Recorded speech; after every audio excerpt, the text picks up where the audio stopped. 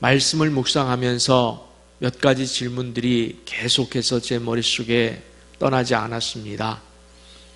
우리는 지금 진짜 그리스도인으로 사는 것이 정말 좋고 또 그것을 원하고 있는가라는 문제였습니다. 여기서 진짜 그리스도인의 삶이란 어떤 고난과 어려움이 닥친다 할지라도 하나님의 말씀에 순종하고 하나님의 절대 주권을 인정해 드리며 오직 천국만을 소망하면서 마지막 삶을 다하기까지 주님의 뒤만 따르겠나이다 라는 삶을 의미합니다. 여러분 이런 삶이 좋으세요? 마음을 다하고 목숨을 다하고 뜻을 다하고 힘을 다해 주 너의 하나님을 사랑하라. 네 이웃을 네 몸과 같이 사랑하라 하신 이 말씀이 좋으세요? 좋아서 계속 나는 그리스도인의 삶을 살아야겠다 그러면서 사시고 계신 겁니까? 아니면은 솔직히 정말 싫은데, 그렇게 살긴 싫은데 말씀대로 순종하기도 싫고 주님 뒤를 따라서 십자가 지는 일은 상상도 하고 싶지 않고 하나님의 절대 주권을 인정해 드리기보다는 내 뜻대로 살고 싶고 이렇게 싫은데 천국에는 가야 하니까 천국에는 가야 하니까 할 수 없이 억지로 그리스도인의 삶을 살아내시는 것입니까? 또 아니면은 그리스도인으로 사는 삶이 너무 힘들고 어렵고 싫어서 아예 포기하거나 혹은 적당한 선에서 멈춰서 그래도 내가 주님은 떠날 수 없다고 생각해서 딱 지금의 수준만큼만 그리스도인의 삶을 사는 것으로 만족하는 것은 아닙니까? 여러 다양한 질문들이 계속해서 제 머릿속에 맴돌고 있었습니다. 그런데 결론적인 질문은 너는 그리스도인으로 사는 삶이 정말 좋고 그것이 편하고 행복하냐? 라는 질문이었습니다. 그리고 최고의 선택이고 후회가 없는 삶이냐? 라는 질문이 계속해서 저를 지배하고 있었습니다. 여러분, 그리스도인의 삶이 편하십니까? 진심으로 편해야 합니다. 여러분, 그리스도인의 삶이 편하셔야 해요. 왜 그렇습니까? 먼저 길이 하나밖에 없잖아요. 저는 이것이 너무 좋아요. 길이 하나밖에 없어요. 우리는 삶의 선택지에서 고민할 필요가 없는 것은 주님 가신 길만 따라가면 되는 삶이에요. 전 뭘 선택하는 걸 잘 못해서 그런지 저는 이게 정말 좋아요. 그냥 주님 가신 길만 따라가면 되는 삶이라는 점에서 정말 좋습니다. 그러면 과정은 때로 힘들고 어렵고 두려울지 모르지만 반드시 목적지인 천국에 도착할 줄 믿기 때문이에요. 그래서 성경은 평강, 평안이란 단어를 무수히 쏟아내고 있어요. 예수께서 부활하신 후 첫 마디가 무엇입니까? 너희에게 평강이 있을지어다. 사실 이 말씀은 비밀스러운 이야기가 담겨 있는 거예요. 세상의 시각으로 볼 때는 여러분 제자들의 앞날은 세상이 생각하는 평안과는 정말 거리가 먼 일이었습니다. 당장 사도행전이 시작되면서 제자들은 고난과 핍박과 순교에 직면해야만 했습니다. 그리고 내 것을 공동체에 내어줘야만 하는 희생적인 삶이 기다리고 있었습니다. 그런데 주님은 그들을 향해서 너희에게 평강이 있을지어다 이렇게 선포하셨다는 거예요. 바울도 편집마다 하나님 아버지와 그리스도 예수 우리 주께로부터 은혜와 긍휼과 평강이 너희에게 있을지어다 이렇게 선포하고 있습니다. 그래서 다시 묻습니다. 그리스도인의 삶이 주님의 말씀처럼 바울의 말씀처럼 편하고 좋으십니까? 다시 말씀드리지만 진심으로 내가 평안해야 맞습니다. 진짜 그리스도인으로 산다면 가난해도 평안해야 하고, 맞습니까?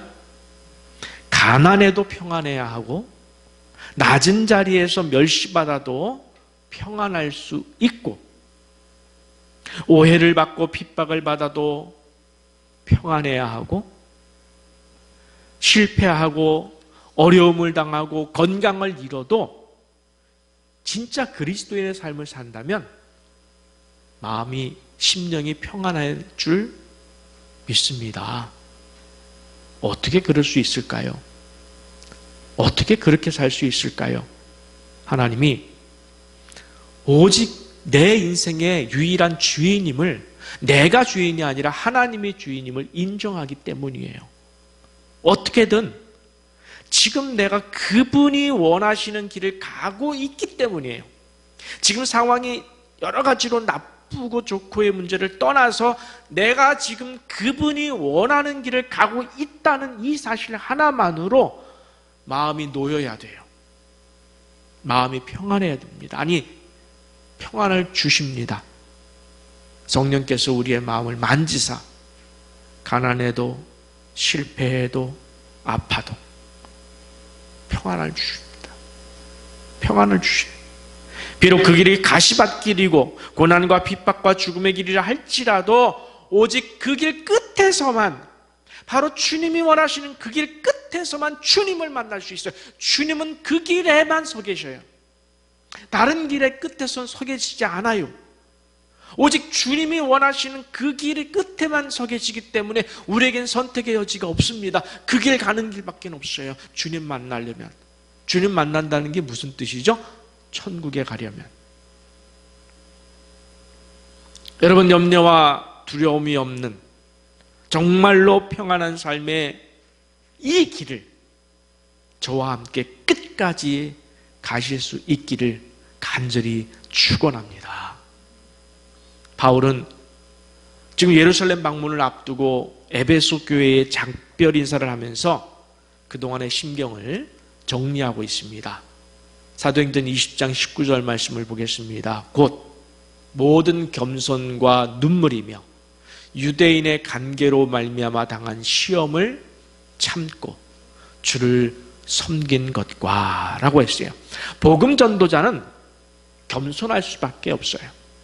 반드시 겸손해야 합니다. 왜냐하면 그래야 나는 죽고 복음이 살기 때문에, 주님이 살기 때문이에요. 바울은 오직 복음, 예수를 전하기 위해서라면 자신은 어떤 낮은 자리와 멸시와 죽음의 자리에 내려가는 것도 머뭇거리지 않았습니다. 주저하지 않았습니다.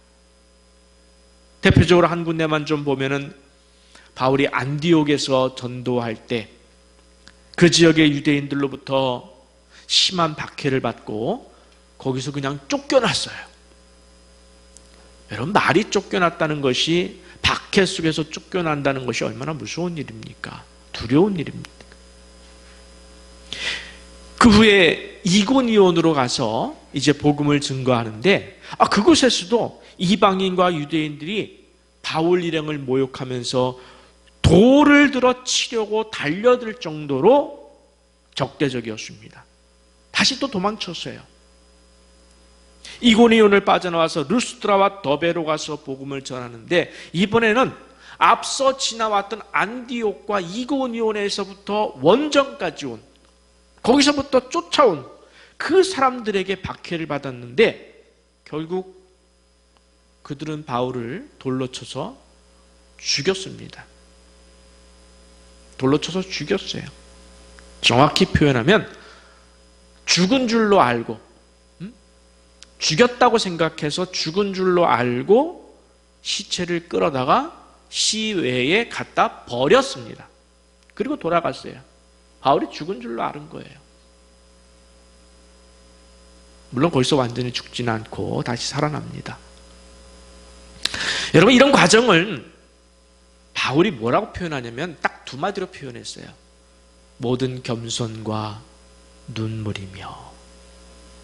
또 있습니다. 함께 볼 건 고린도후서 11장 23절 하반절부터 27절까지 좀 길지만 제가 봉독하겠습니다. 내가 수고를 넘치도록 하고 옥에 갇히기도 더 많이 하고 매도 수없이 맞고 여러 번 죽을 뻔하였으니 유대인들에게 40에서 하나 감한 매를 5번 맞았으며 3번 태장으로 맞고 1번 돌로 맞고 3번 파선하고 1주야를 깊은 바다에서 지냈으며 여러 번 여행하면서 강의 위험과 강도의 위험과 동족의 위험과 이방인의 위험과 시내의 위험과 광야의 위험과 바다의 위험과 거짓 형제 중의 위험을 당하고 또 수고하며 애쓰고 여러 번 자지 못하고 줄이며 목마르고 여러 번 굶고 춥고 헐벗었노라. 핍박과 박해의 종합 선물 세트죠. 이보다 더 박해를 받을 수는 없다. 자, 여러분 다시 앞에서 우리가 질문했던 그 문제를 끄집어내고 싶습니다. 이런 고난과 핍박 속에서 바울은 내가 그리스도인의 삶을 사는 것이 좋다. 그래도 나는 그리스도인의 삶을 살겠다. 그래서 나는 주 안에서 평안하다 라고 했을까요? 아무리 힘들고 고통스러워도 나는 결코 이 길을 벗어나지 아니하리라 라고 했을까요? 네, 했습니다. 바울은 후회하지도 원망하지도 않았습니다. 묵묵히 그 고난의 길을 걸어왔습니다. 그 증거가 그 다음 구절인 고린도후서 11장 28절에 나옵니다. 이 외의 일은 고사하고 앞에 있는 이 고난의 모든 일들은 차치하고 그건 아무것도 아니다. 아직도 날마다 내 속에 눌리는 일이 있으니 그것보다 더 크게 눌리는 일이 있다는 거예요. 더 크게 관심 가는 일이 있다는 거예요. 곧 모든 교회를 위하여 염려하는 것이라. 그 모든 겸손과 눈물, 고통과 죽음 직전까지의 핍박까지도 바울은 마땅히 견뎌야 할 과정의 삶으로 여겼다는 거예요. 그에게는 그 겸손과 눈물의 고통보다도 더 갈망하는 사명이 있었기 때문이었습니다. 바로 복음으로 세운 교회와 성도들이 하나님 안에서 바로 세워질 수만 있다면, 교회와 성도들이 바로 세워져서 하나님의 영광을 나타내고 하나님의 백성들이 되어서 천국에만 갈 수 있다면 이 고통을 내가 왜 못 견디겠느냐. 바로 이것이 사명이 갖는 힘이에요. 사명이 크기 때문에, 사명이 너무나 크기 때문에 따라오는 고통과 핍박은 오히려 견딜만 하다. 차라리 평안하다는 거예요. 왜? 여전히 내가 이 길을 가는데 성공하고 있다는 거예요. 놓치지 않고 있다는 거예요. 그 길을 잃지 않고 있다는 거예요. 고린도후서 4장을 보면은 바울은 이렇게 표현합니다. 자기가 사방으로 우겨쌈을 당하고 답답한 일을 당하고 박해를 받고 거꾸러뜨림을 당하여도 견딜 수 있었던 것은 어떤 비결로 견딜 수 있었느냐. 이렇게 말합니다. 나라는 질그릇, 자기를 질그릇, 아무 가치 없다는 표현이에요. 던지면 깨져도 아끼지 않는다는 거예요. 나라는 질그릇 안에 담겨있는 보배로, 보배 누굽니까? 예수. 내 안에 보배가 담겨 있기 때문이라는 거예요. 여러분 잘 들으세요. 바울이 고백하는 겁니다. 예수의 죽음을 몸에 짊어지는 것은, 내가 예수의 죽음을 몸에 짊어지고 사는 것은, 그래야 예수의 부활도 예수의 생명도 만날 수 있기 때문이라는 거예요. 이건 대단히 중요한 이야기입니다. 여러분, 예수의 죽음을 내 몸에 짊어지지 않으면은 예수의 생명도 부활도 만날 수 없습니다. 그렇잖아요. 죽지 않고 어떻게 부활합니까? 나도 죽어야 해요. 예수 안에서 나도 죽고, 그래야 예수가 우리를 부활합니다. 부활의 통로로 인도합니다. 그렇잖아요. 예수의 죽음을 몸에 짊어지고 사는 것, 이것이 우리가 가야 할 길입니다. 여러분, 천국 좋으시죠? 부활 좋으시죠? 영생 좋으시죠? 그런데 이 좋은 천국과 부활과 영생을 어떻게 만날 수 있다고요? 어떤 길로 가야 된다고요?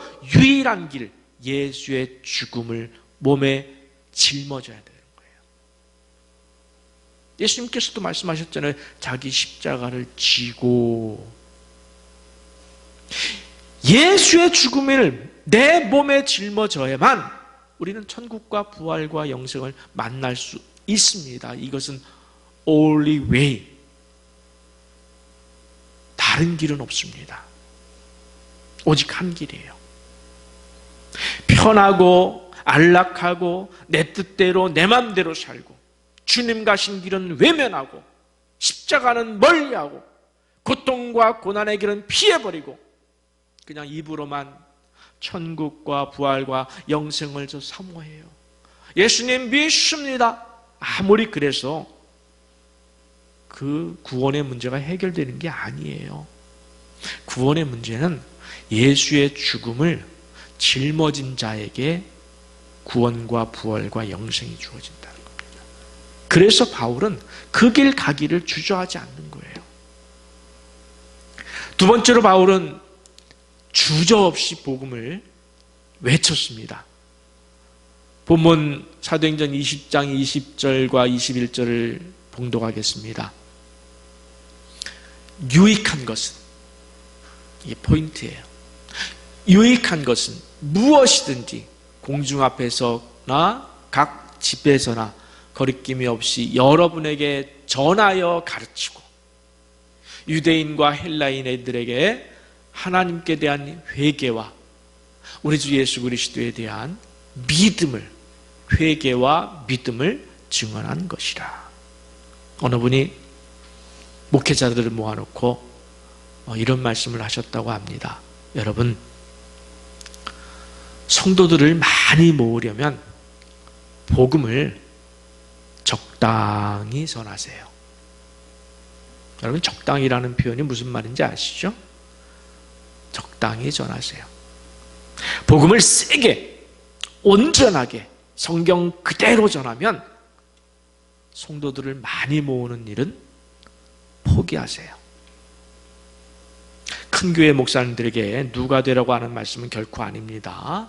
그러나 참으로 의미 있는 말씀입니다. 성도들은 주일에 오셔서 소위 마음에 듣기 좋은 말씀만 듣고 싶어 합니다.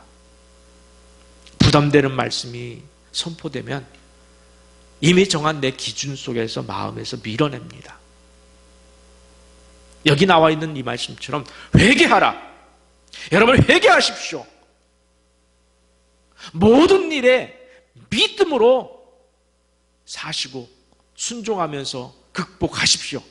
이렇게 외치는 것보다, 제가 여기서 이렇게 외치는 것보다, 여러분 평안하십시오. 은혜 받으세요. 형통하세요. 복 받으세요. 다 잘 될 겁니다. 하나님은 여러분이 부자가 되길 원하십니다. 여러분 성공하세요. 하나님이 도우실 것입니다. 이런 말을 더 듣고 싶어하는 줄 알고는 있습니다.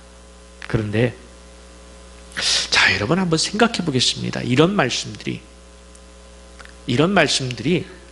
여러분, 영혼에 유익을 줍니까? 바울이 20절에서 한 말이 그거예요. 유익한 것은, 이게 기준이에요. 영혼의 유익. 여러분, 여러분을 달래듯이 이런 말을 또 중심으로, 이 말이 틀린 말은 아니에요. 그러나 이런 말 중심으로, 이런 언어들 중심으로 여러분에게 말씀드린다면은 과연 이것이 여러분 영혼에 유익한 것일까요?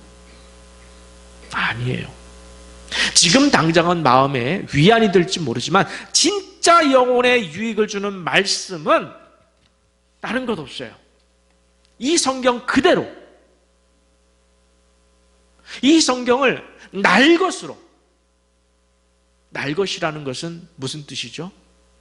아무것도 가미하지 않은, 제 뜻을 가미하지 않은, 여러분의 원함도 가미하지 않은, 사람의 뜻이 전혀 없는 오직 하나님의 말씀대로 전하는 것, 그게 바로 날 것이에요. 저는 그렇게 전하고 여러분은 그렇게 들어야만 최고의 유익인 줄 믿습니다. 양약은 입에 써요. 암덩어리가 내 몸에 있으면 칼을 대고 배를 갈라서 그걸 잘라내는 고통을 감수해야 합니다.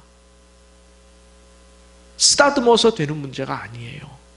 그래서 바울은 회개하라, 이 외침에 주저하지 않았습니다. 오직 믿음으로 살라, 이 외침에도 주저하지 않았습니다. 말씀을 전해야 하는 제 사명과 고민이 바로 여기에 있습니다. 설교를 준비할 때마다 마음이 조금씩 흔들리는 것이 솔직한 마음입니다. 이렇게 전하면 성도들이 부담스러워하고 힘들어할 텐데 라는 부담감과 솔직히 싸웁니다. 네, 매 설교를 준비할 때마다 싸웁니다. 솔직히 말하면 바울은 분명했습니다. 성도들에게 유익한 말씀, 여러분의 영혼을 살리는 말씀, 여러분을 예수 그리스도를 따르는 길, 그 길로 인도하는 그 말씀, 부활과 천국과 영생으로 인도하는 그 말씀은 어디서나 거리낌 없이 전하고 가르쳤다라고 했습니다. 여러분, 우리 새생명교회가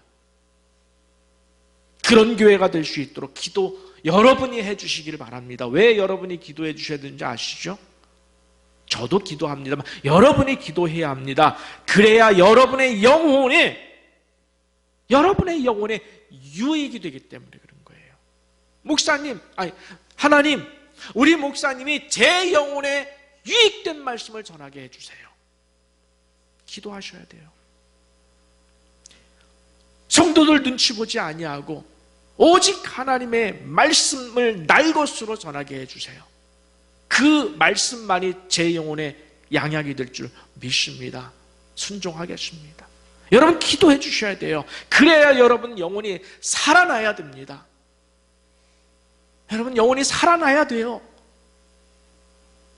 5년을 다녔고 10년을 다녔어도 변하지 않으면 그것은 믿음이 아니에요.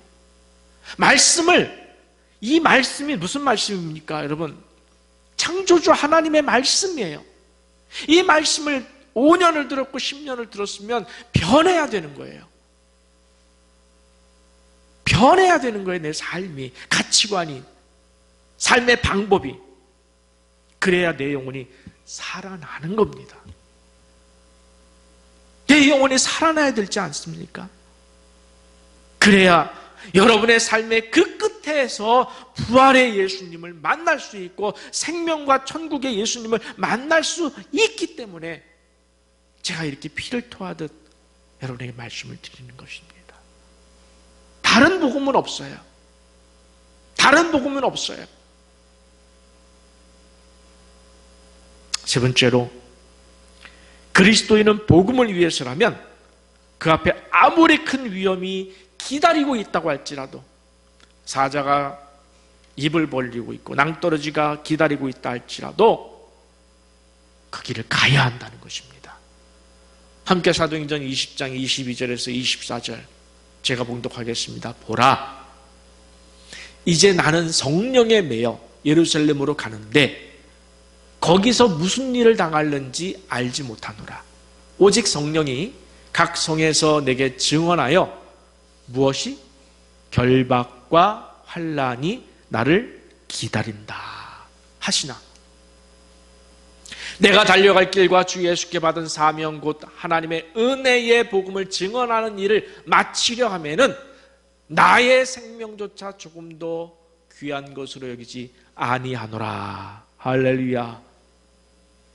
아멘 할 수 있어야 합니다. 바울은 지금 성령의 뜻에 순종해서 지금 예루살렘으로 가려고 합니다. 에베소를 떠나고 있습니다. 문제는 성령께서 미리 가르쳐 주신 거예요.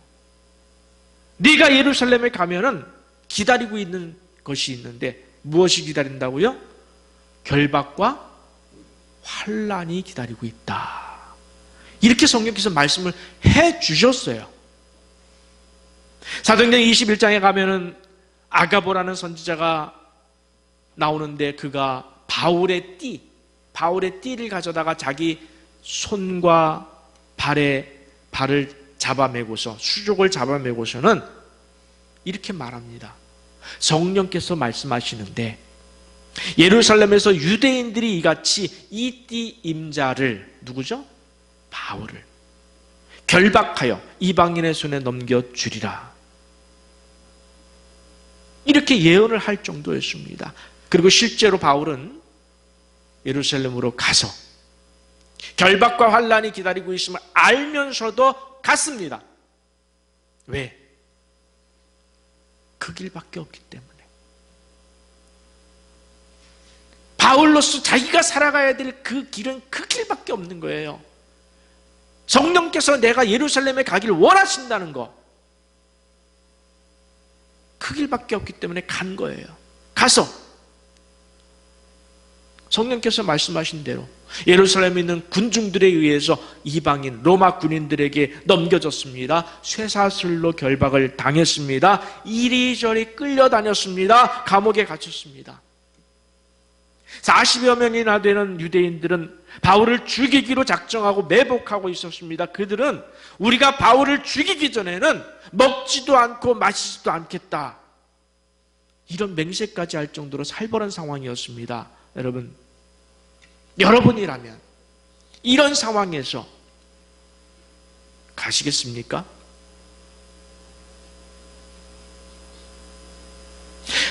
내가 그리스도인으로 사는 이 삶 속에서 저 길로 가면 분명히 내가 손해보는데, 내가 분명히 낮아지는데, 내가 분명히 실패할 것 같은데, 내가 꿈꾸는 것이 안 될 것 같은데 가시겠습니까? 가셔야 합니다. 그 다음 일은 누가 하실 것이기 때문에 내가 예측하는 대로 물론 될 수도 있지만 하나님께서 여전히 내 삶의 주인이심을 인정하기 때문에 그런 것이 예상된다 할지라도 우리가 살아가야 할 길은 그 길밖에 없는 거예요. 여러분, 내가 살아가야 할 길은 그 길, 성령께서 원하시는 길, 그리스도인의 진짜 그리스도인의 삶 길, 그 길밖에 없어요. 그럼 가는 거예요. 가서 매를 맞을 수도 있고, 가서 실패할 수도 있고, 가서 손해볼 수도 있고, 가서 모욕을 당할 수도 있지만 가는 거예요. 왜? 그 길 끝에 예수님이 서 계시김을 알기 때문에. 내게 다른 길이 없습니다, 주님.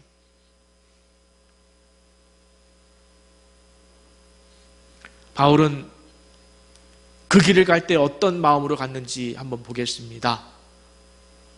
사도행전 20장 24절 말씀을 다시 한번 보겠습니다. 내가 달려갈 길과 주 예수께 받은 사명 곧 하나님의 은혜의 복음을 증언하는 일을 마치려 하면은 그 길을 가려 하면은 나의 생명조차 조금 더 귀한 것으로 여기지 아니하노라. 이렇게 자기의 삶의 길을 결정했습니다. 엊그제 수요 예배 시간에 요한복음 21장을 말씀드리면서 참 큰 은혜를 받았습니다. 부활하신 예수께서 베드로에게 네가 나를 사랑하느냐 3번을 물었습니다.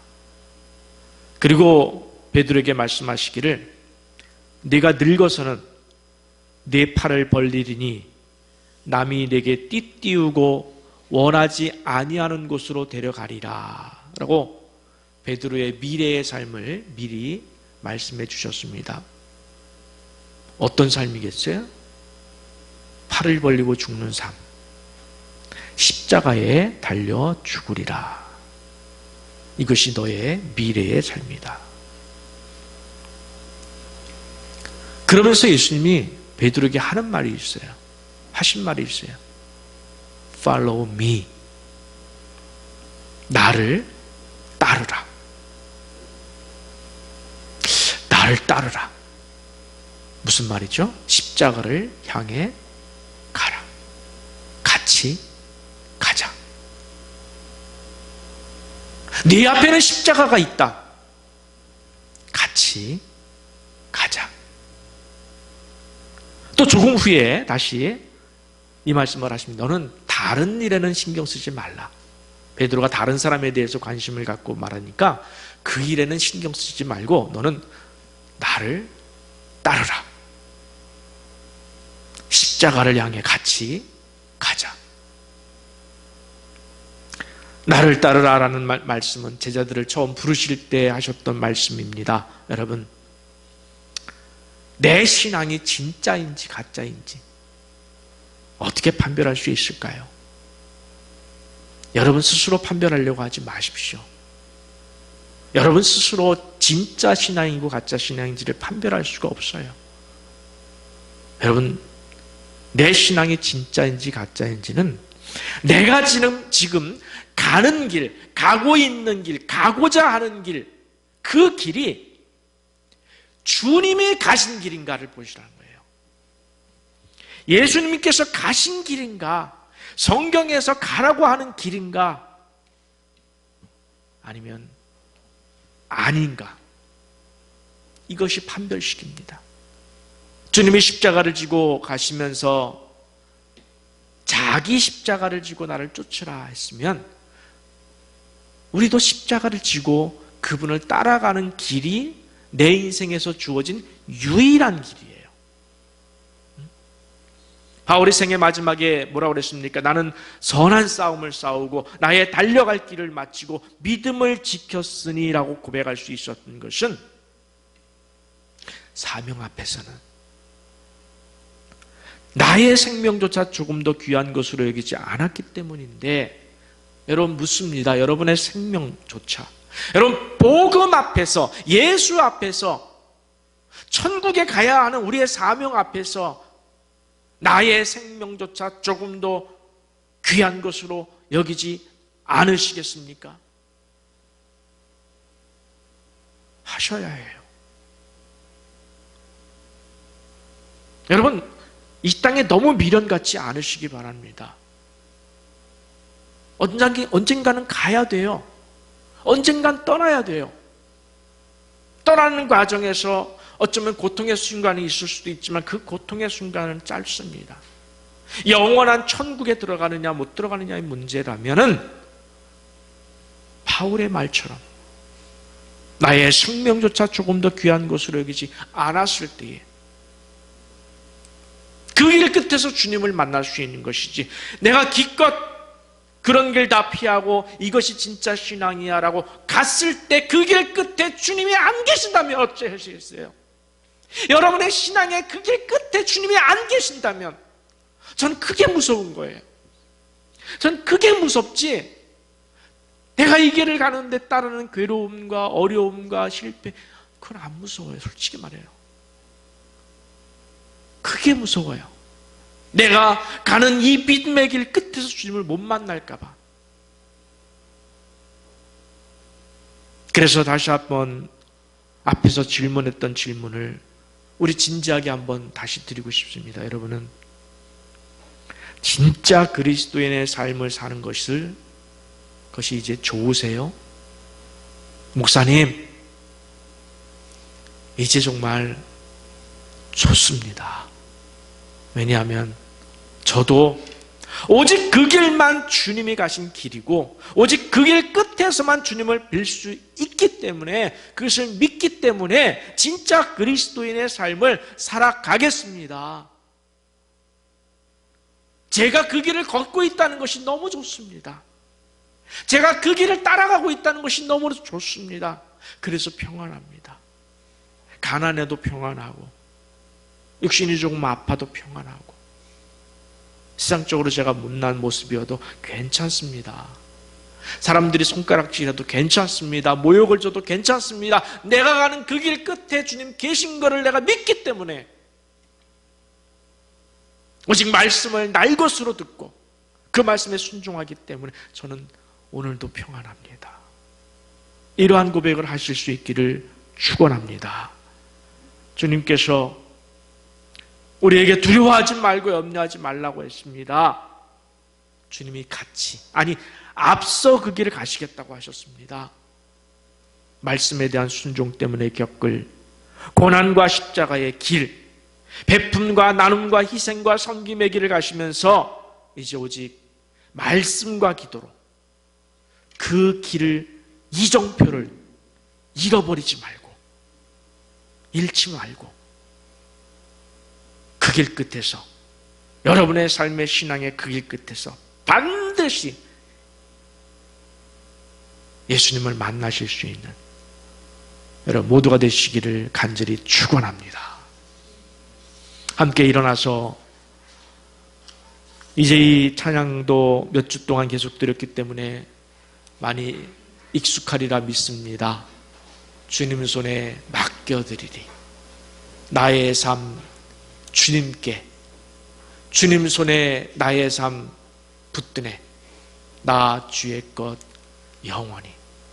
내가 믿는 분 예수, 내가 속한 분 예수, 오직 그 길만 걷겠습니다. 오직 주님 뒤만 따르겠습니다. 이 고백을 함께 드릴 수 있었으면 좋겠습니다.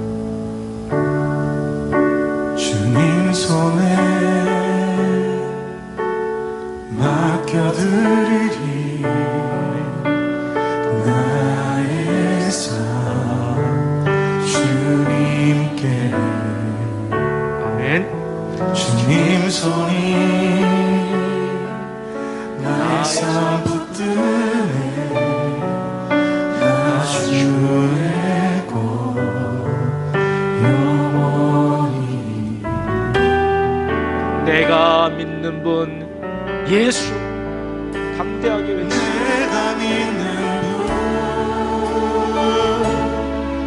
예수, 내가 속한 분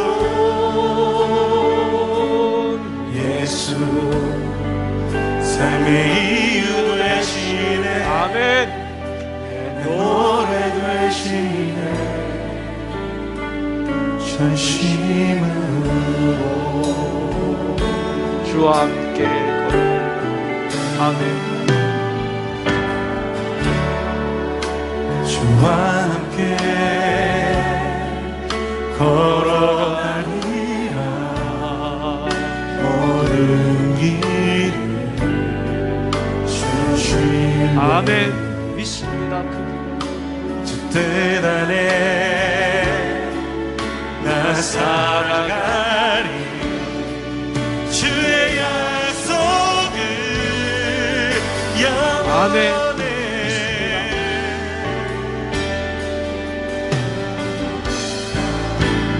내가 믿는 분 예수, 내가 속한 분 예수, 삶의 이유 되시네. 내 노래 되시네.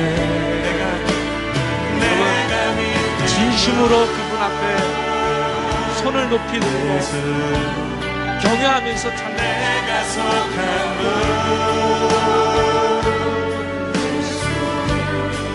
삶의 이유 되시네 노래 되시네 전심으로 두 손 들고 경배하리.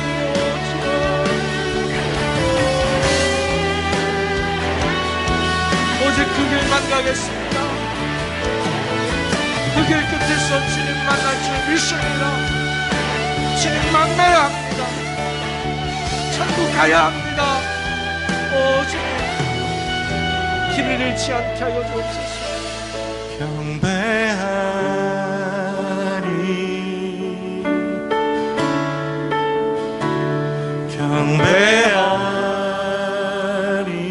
경배하리라 경배하리.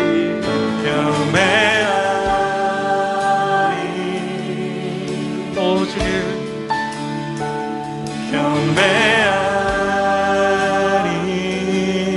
경배하리라 또 경배하리.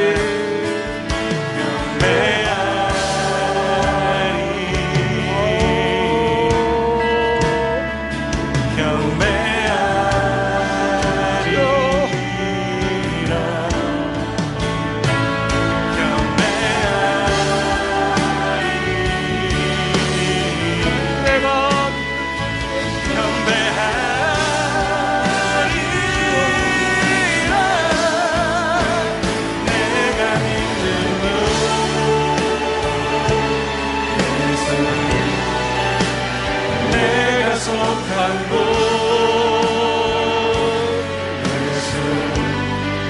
삶의 이유 되시네 내 노래 되시네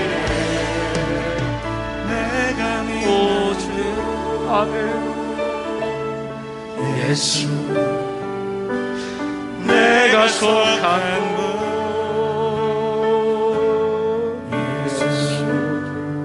삶의 이유 되시네 내 노래 되시네 전심으로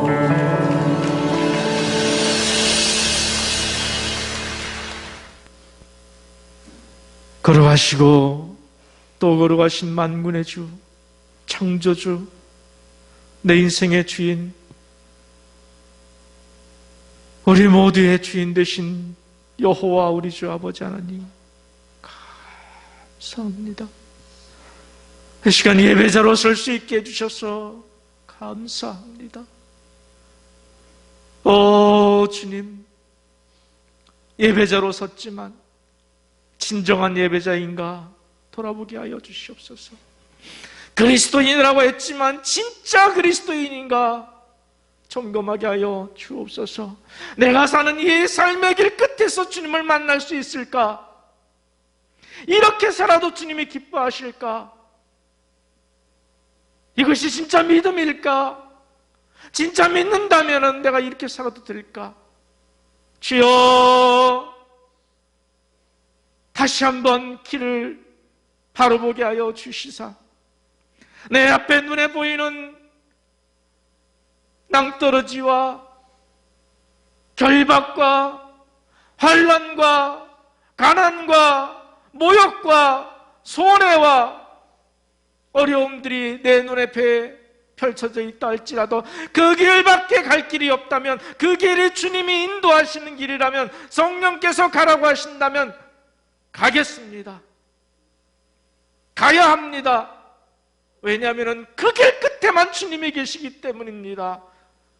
주여, 나보다 앞서가신 주님, 같이 가자고 하시는 주님, 바울을 향해서, 베드로를 향해서 내가 팔을 벌리고 죽으리라, 십자가를 지리라, 나를 따르라, 그 길 같이 가자.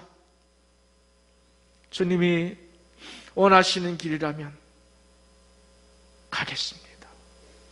오 주님, 가겠습니다.